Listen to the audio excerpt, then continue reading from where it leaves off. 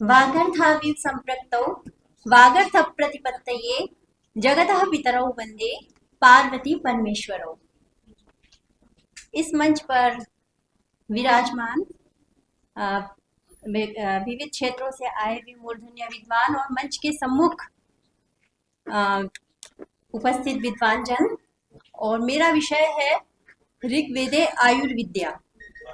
तो अत्यंत संक्षेप में मैं इतना ही कहना चाहूंगी कि मैंने अपना जो शोध पत्र बनाया है वो ऋग्वेद में कहाँ कहाँ पर हमको मंत्र मिलते हैं उसको लेके बनाया। लेकिन उससे पहले एक बात स्पष्ट करना चाहूंगी कि आचार्य चरक और सुश्रुत आयुर्वेद को अथर्ववेद का उपवेद मानते हैं और उसकी उपवेदता में वे कुछ हेतु प्रस्तुत करते हैं, और वो हेतु है दानम, स्वस्त्ययनम, बलि, यजन, नियम, प्रायश्चित, उपवास और मंत्र।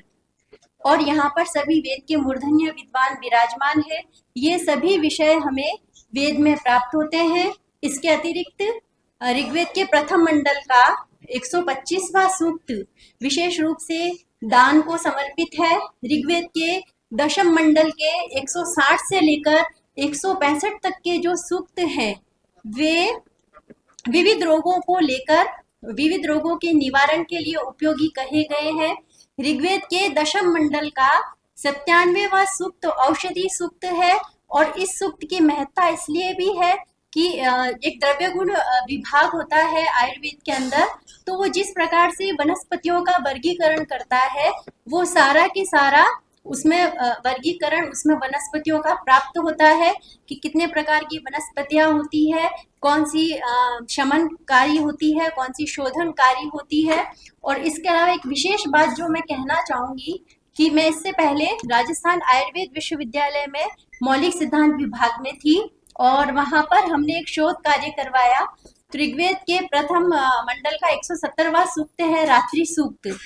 उसको हमने 20 के 3 ग्रुप बनाए थे। उसमें 35 वर्ष से लेकर और 50 वर्ष तक की आयु के मनुष्यों का समूह रखा था। और ये अवस्था हमने इसलिए ली थी क्योंकि इस अवस्था के अंदर व्यक्तियों को बहुत तनाव रहता है और अनिद्रा का रोग प्राप्त होता है।